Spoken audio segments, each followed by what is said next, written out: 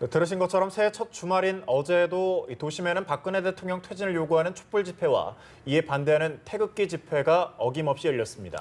한편 새누리당은 오늘 친박 인적 청산 발표를 앞두고 있는데요. 친박계가 버티기에 나서면서 임명진 비대위원장의 선택에 관심이 쏠리고 있습니다. 오늘 두 분의 전문가 모시고 자세한 내용 살펴보도록 하겠습니다.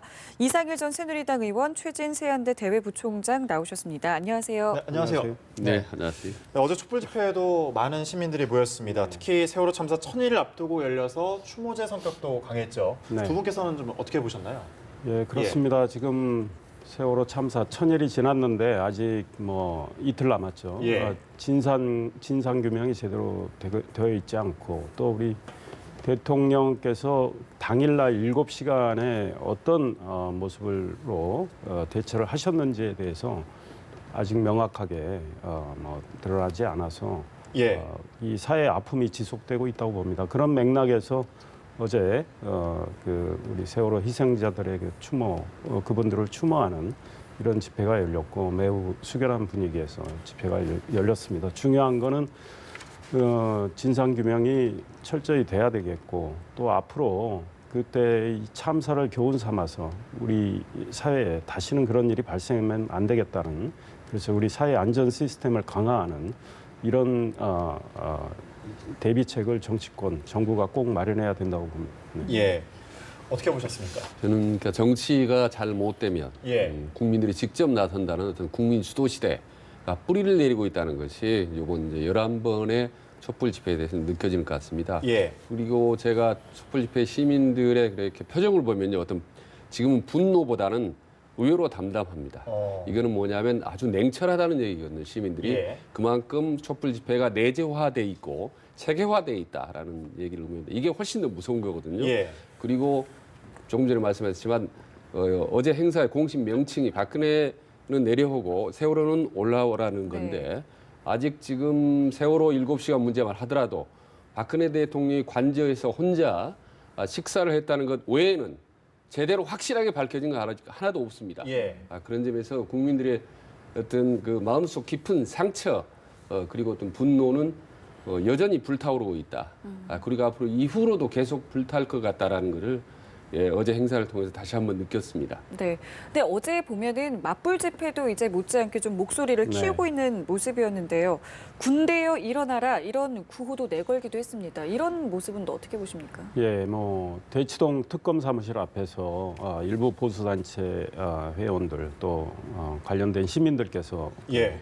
집회를 하셨는데 표현의 자유는 누구나 누릴 수 있다고 봅니다. 그런데 특검을 좀 압박하고 압력을 가하고 특검이 인민재판관이다 이런 말씀을 하신 분들도 있었는데 그런 건 저는 개인적으로는 바람직하지 않다고 보고 그분들의 그런 행동이 이 보수의 전체 뜻을 반영한다고 보지는 않습니다. 그분들의 의사는 충분히 존중하고 해야 되지만 특검이 독립적으로 지금 철저히 수사할 수 있도록 해주는 게 저는 옳겠다 이런 생각을 하고 있습니다. 예. 그러니까 언제부턴가도 명칭도 보수 단체에서 이제 친박 단체로 이렇게 변화가 되더라고요. 예. 언론에서도 그만큼 박근혜 대통령 주변에 핵심적으로 지지하는 사람들이 이제 거리로 나왔다는 건데 60대, 70대들이 이제 대부분입니다. 예. 근데 어제 보니까 이게 초대형 간판에 적힌 구호를 보니까 역대 가장 깨끗한 대통령, 이 박근혜 대통령이다라는 이제 구호도 있고,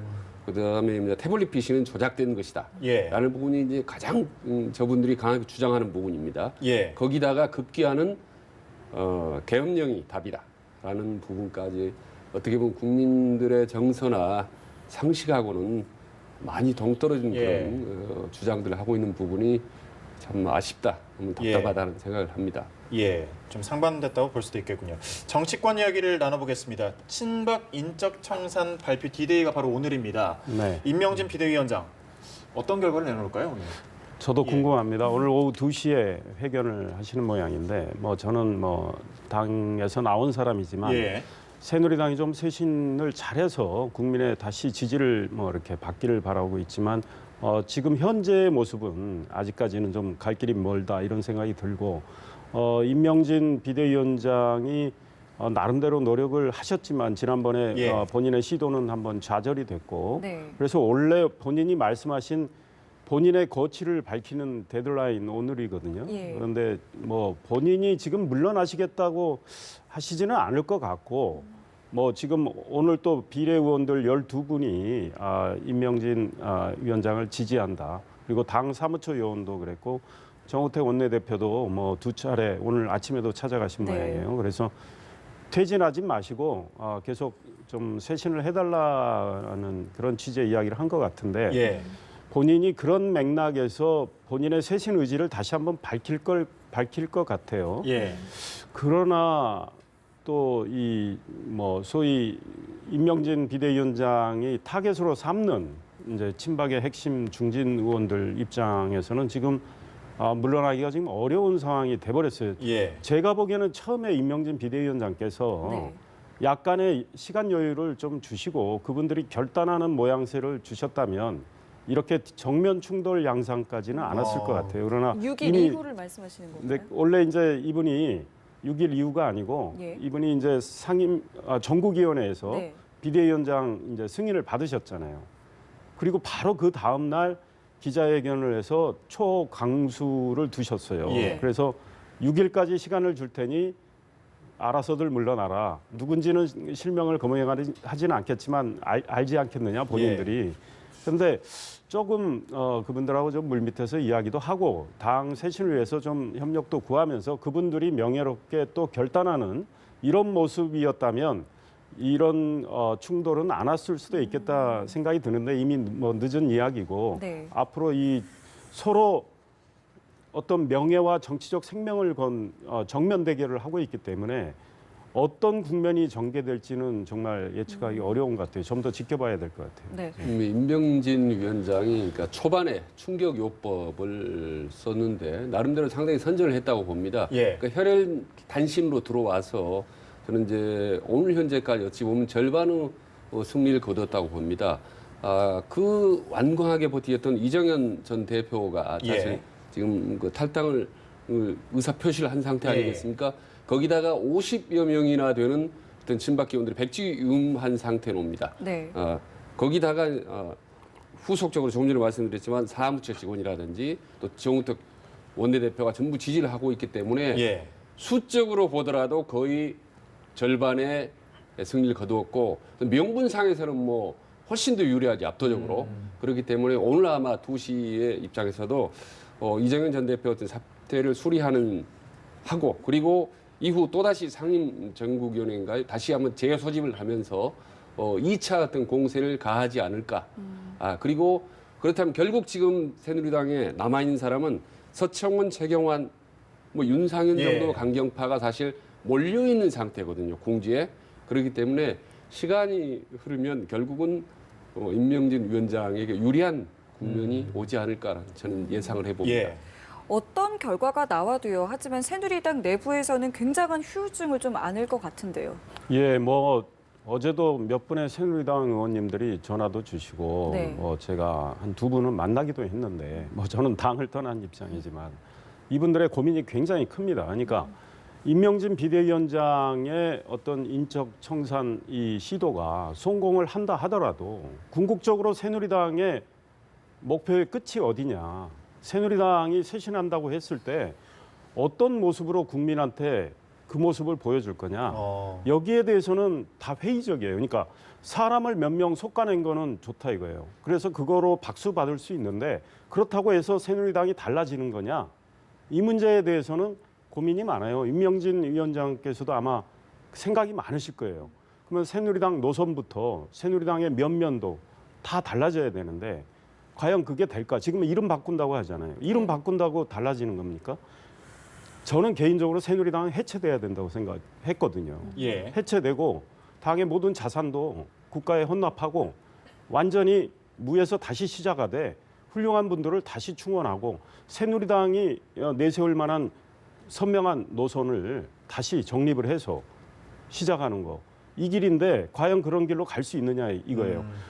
뭐 친박 중에 진박 몇 분이 떠났다 쳐요. 네. 그럼 나머지 분들은 뭐 역시 비슷한 분들 아니에요. 그래서 과연 어떻게 될지 좀 궁금한데 그런 면에서 새누리당 의원들 고민이 많아서 떠나시려고 마음을 먹는 쪽으로 가는 분들이 꽤 많아요. 그러니까 이 임명진 지금 비대위원장의 승부수가 어느 정도 통한다 하더라도 떠날 분들은 꽤 있어 보이고 이제 반기문 전 유엔 사무총장 뭐 12일 귀국하시는데 그때를 이렇게 맞춰서 떠나실 분들이 좀 있어 보인다 이거고 그다음에 임명진 비대위원장께서 일단은 숫자상으로는 많은 의원들의 좀 지지는 받지만 네. 상임전국위원회를 다시 연다고 시도를 했을 때 과연 지난번에 51명의 상임전국위원 중에 2명이 모자랐어요. 26명이 와야 되는데 24명 왔거든요. 네. 이번에도 26명을 채울 수 있을지 그건 미지수입니다. 왜냐하면 이쪽은 친박 중진 핵심들은 사생결단식으로 지금 딱 버티고 있고 또 이미 서청원 전 대표는 공언을 했어요. 정당법상 사람 멀쩡하게 자유로이 탈당할 의사가 없는 사람을 탈당하게 압력을 가하는 것은 정당법 위반이다. 뭐 고발 조치도 하겠다. 이렇게 해서 소위 세대결을 하고 있기 때문에 그 상임 전국위원 중에 양쪽에 눈치 보는 분들이 제가 보기엔 안 나올 가능성도 있어요. 그럼 또 무산이 되면 이제 임명진 비대위원장이 떠나야 돼요. 네. 지금 결론적으로 저는 간단하게 말씀드리면 좀 표현이 좀 센지는 모르겠지만 서청원 의원이 지금 물러난다고 해도 새누리당에서는 큰 문제는 없지만 만약 임명진 위원장이 새누리당을 물러난다면 큰 문제가 발생하죠.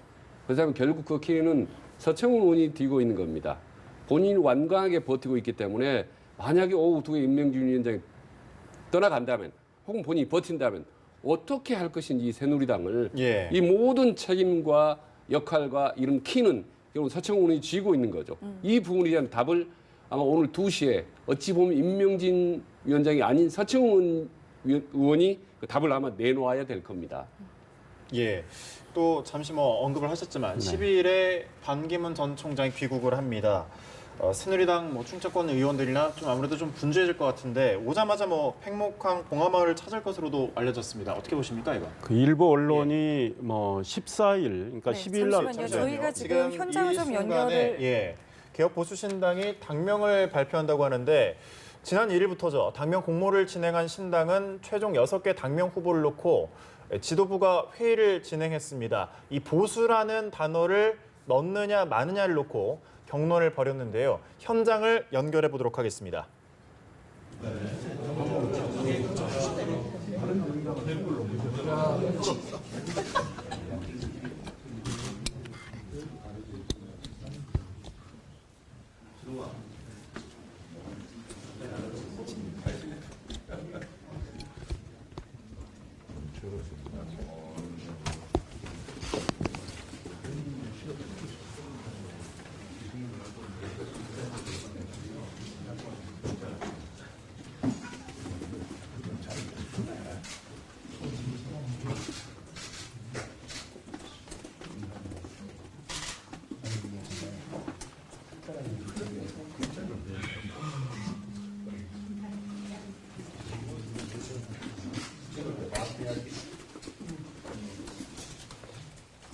자, 같이 한번 읽겠습니다. 바. 자, 다음 뉴스겠습니다. 자,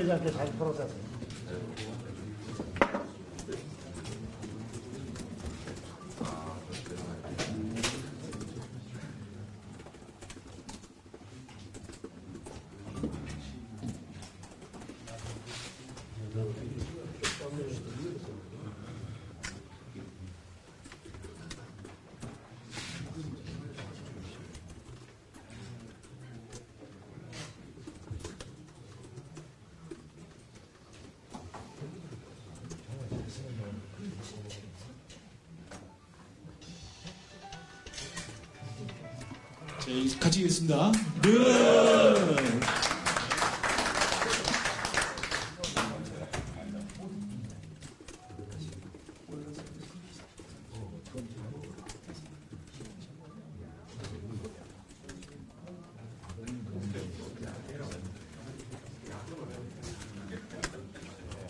개혁 보수신당 당명 발표 현장을 지금 이제 계속 화면으로 이제 보여드리고 있는데 자, 지금 이제 그 캘리그래퍼 인정수 씨가 당명을 보도에 쓰는 모습 보고 계십니다. 일단 당명 발표는 바른정당 이렇게 정해졌는데 어떻게 보셨나요, 이건? 네, 뭐 예. 개혁보수신당에 계신 분들의 어떤 의지를 보여주는 것 같습니다. 예. 앞으로 올바른 정치를 하겠다, 바른 길을 가겠다.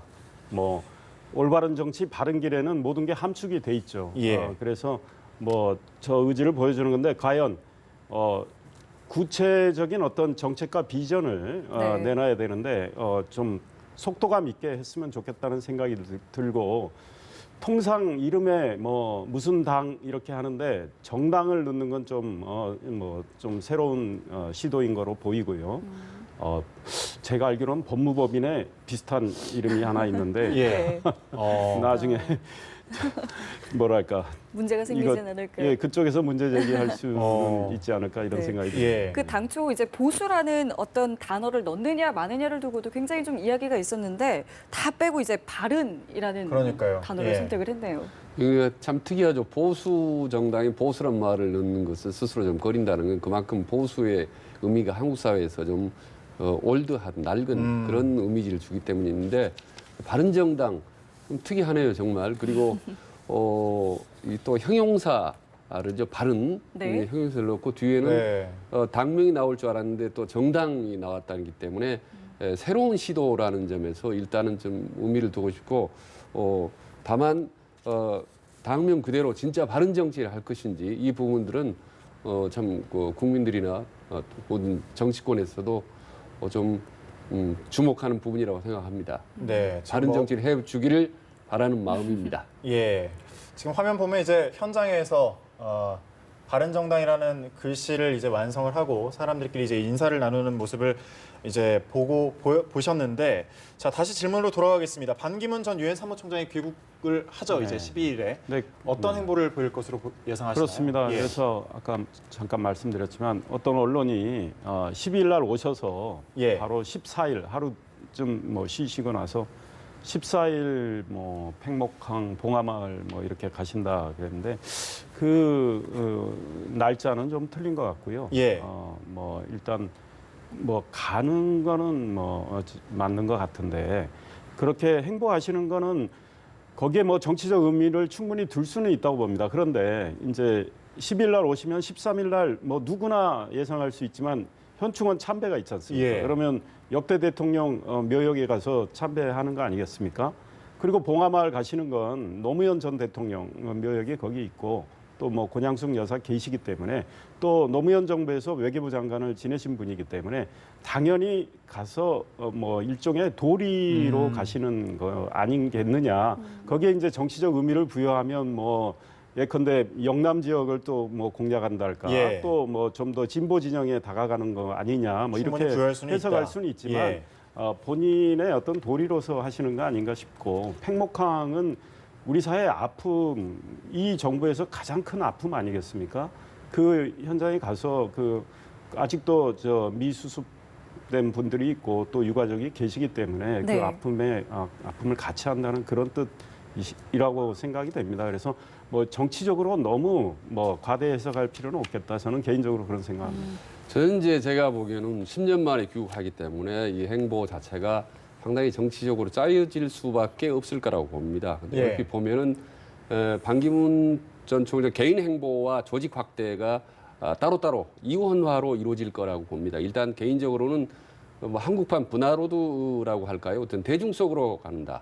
그다음에 전국을 한번 돈다고 국립묘지 서울 우연인지 모르겠지만 전국을 쑥 순회하게 되거든요. 그다음에 호남은 5.18 묘지와 팽목항이 있고 예. 그다음에 경상남도는 아까 봉하마을 있고 그다음 경상북도는 서문시장까지도 갈 예정입니다. 그리고 예. 고향 충청북도는 음성이라든지 청주로 갈 예정이고 네. 그렇기 때문에 우연인지 모르지만 전국을 쭉 한번 순회하게 되는 거죠. 의미 있는 장소를 예. 그러면서 일단 거리는 둘 거라고 봅니다. 조직은.